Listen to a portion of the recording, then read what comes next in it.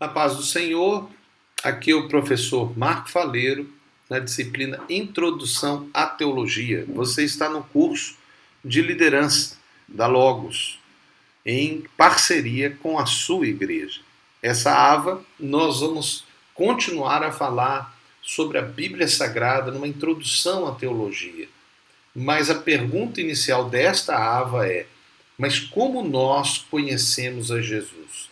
Ou seja, como nós conhecemos a Deus? Porque Jesus é Deus.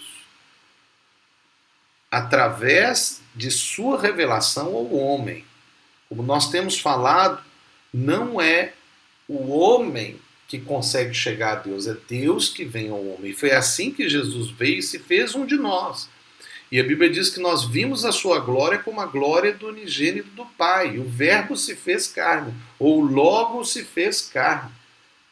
Somos nós, igreja, que devemos pregar a verdade. Nós temos falado isso. Nós pregamos. Mas você conhece a verdade? Onde está a verdade? A Bíblia diz que Jesus é a verdade. Mas a verdade é todo conhecimento. E onde está todo conhecimento?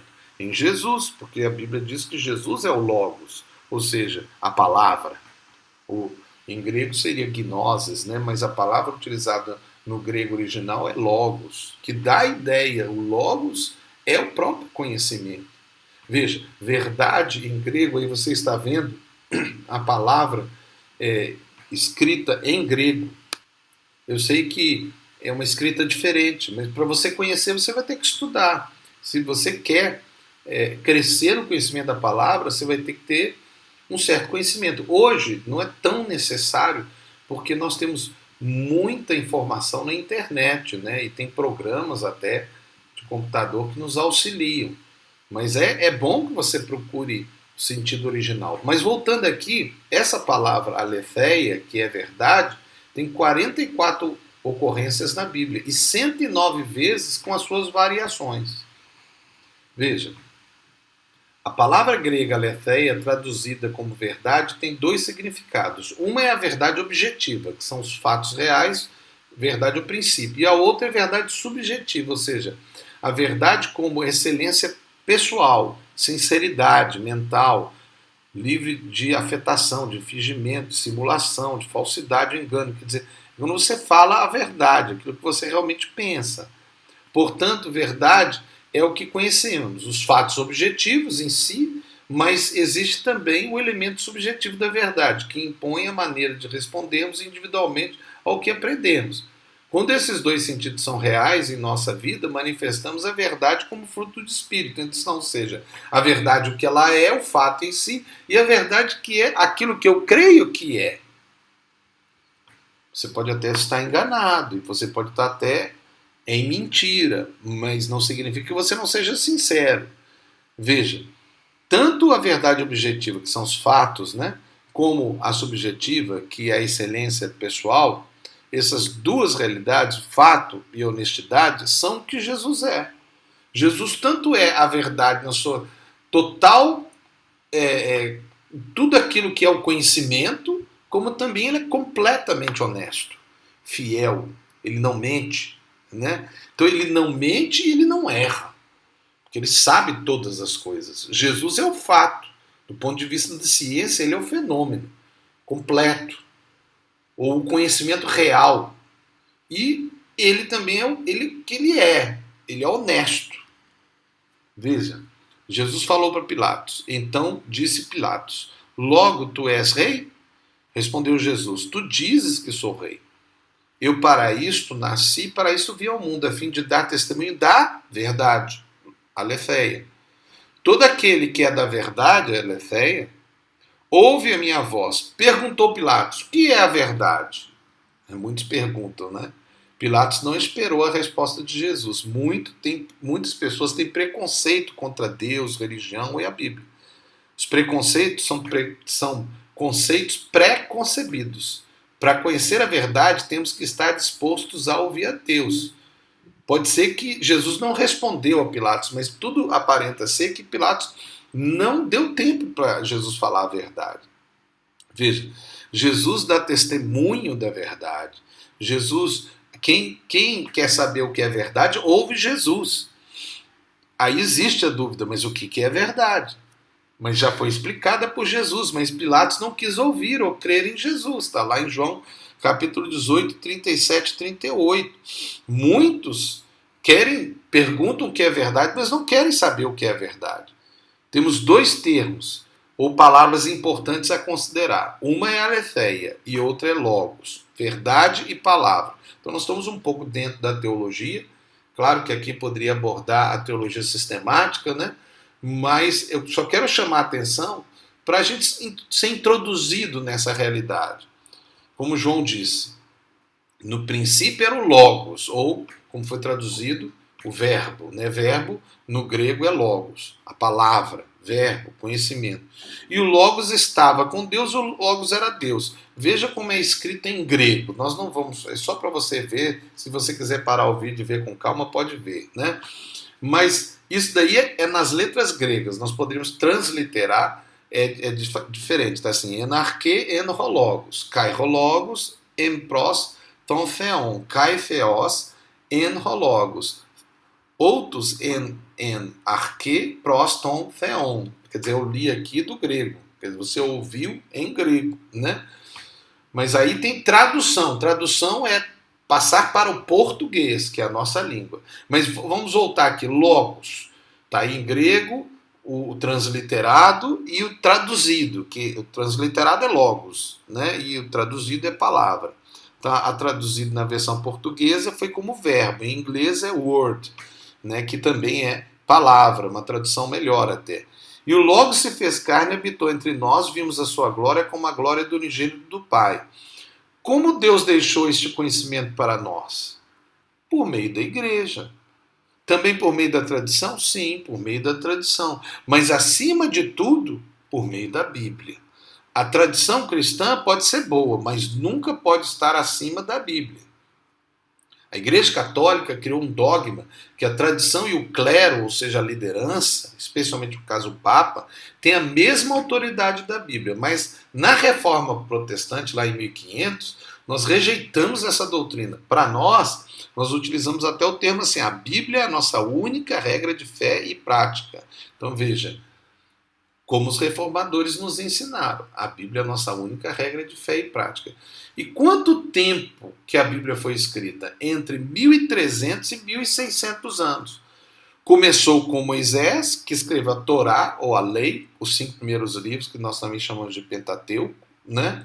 E terminou com João, o apóstolo, que na ilha de Patmos estava preso e recebeu a revelação do Apocalipse em 100 anos depois de Cristo. Onde que a Bíblia foi iniciada? No Monte Sinai.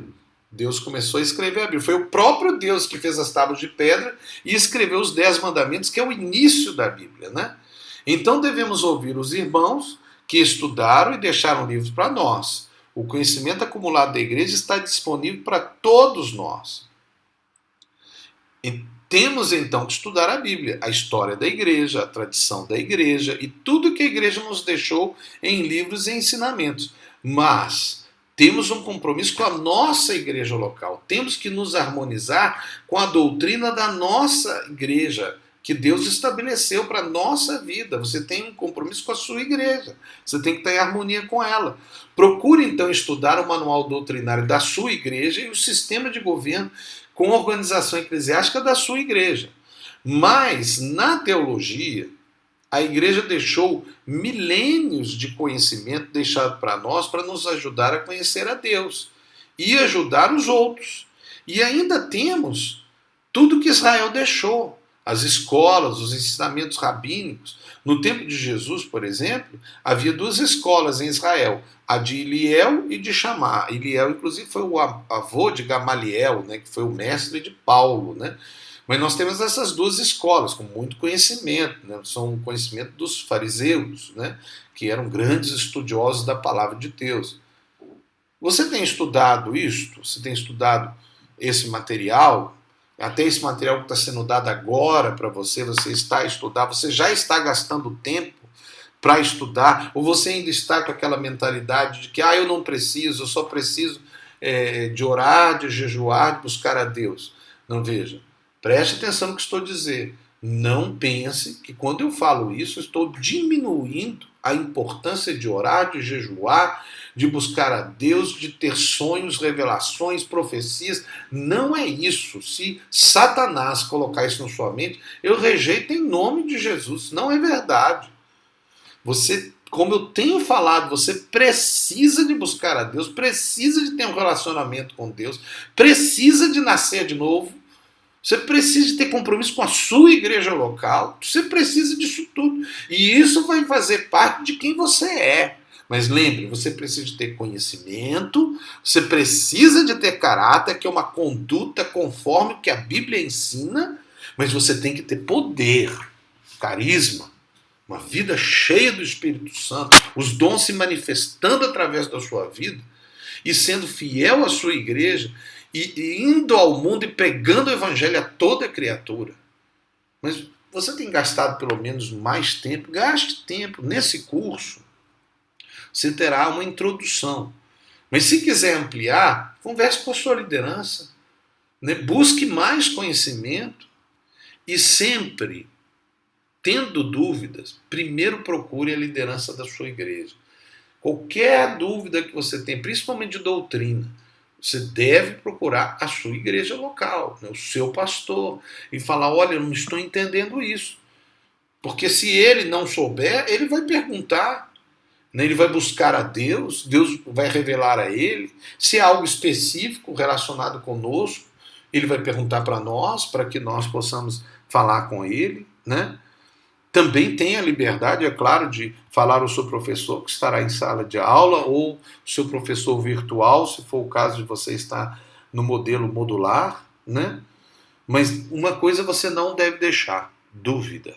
Dúvida é a forma como Satanás fez lá no Éden o homem se afastar de Deus. Você quer alguém se afastar de Deus? Coloque dúvida na cabeça dele.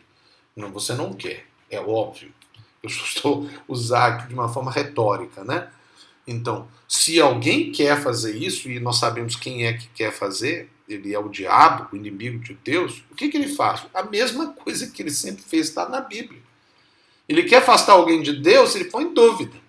Porque a dúvida vai fazer você se afastar de Deus, vai fazer você se afastar da verdade, vai fazer você se afastar, você fugir, você ficar envergonhado. Lembra lá de Gênesis capítulo 1, 2 e 3, né? Especialmente no 3, mas Adão e Eva eles fugiram, eles estavam envergonhados, eles se esconderam, e quando Deus perguntou para eles, deu a chance para eles falarem a verdade, eles colocaram a culpa nos outros, né? Oh Deus, não, peraí, foi a mulher que o Senhor me deu.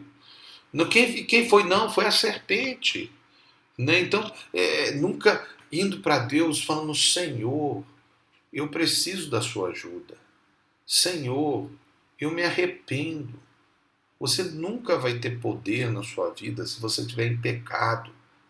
Se você estiver em pecado, até Deus pode usar alguém, que é um vaso, o outro precisa, Deus usa qualquer um, até a mula de Balaão falou. Deus pode usar até a boca do incrédulo para falar para aquele que busca. Deus pode até te usar em pecado, mas isso não é a vontade de Deus. A vontade de Deus é que você viva santo. E preste atenção, todo pecado tem consequência, porque o salário do pecado é a morte. Você pode até esconder pecado. Hoje, se você está aí ouvindo esse AVA, nesse curso, e você está em pecado, se arrependa. Arrependa agora. Procure o seu pastor, peça ajuda. Não fique em pecado, não coloque pecado escondido na sua vida. Senão você não vai entender a Bíblia, não vai entender a palavra de Deus, não vai poder ser usado por Deus. Porque o pecado nos afasta de Deus. Então ouça agora essas palavras nessas aulas, para você crescer em conhecimento da Bíblia Sagrada. Mas como nós já falamos, e mais uma vez repetimos, não sejais somente ouvintes, mas sejam praticantes da palavra de Deus. Em nome de Jesus. Amém.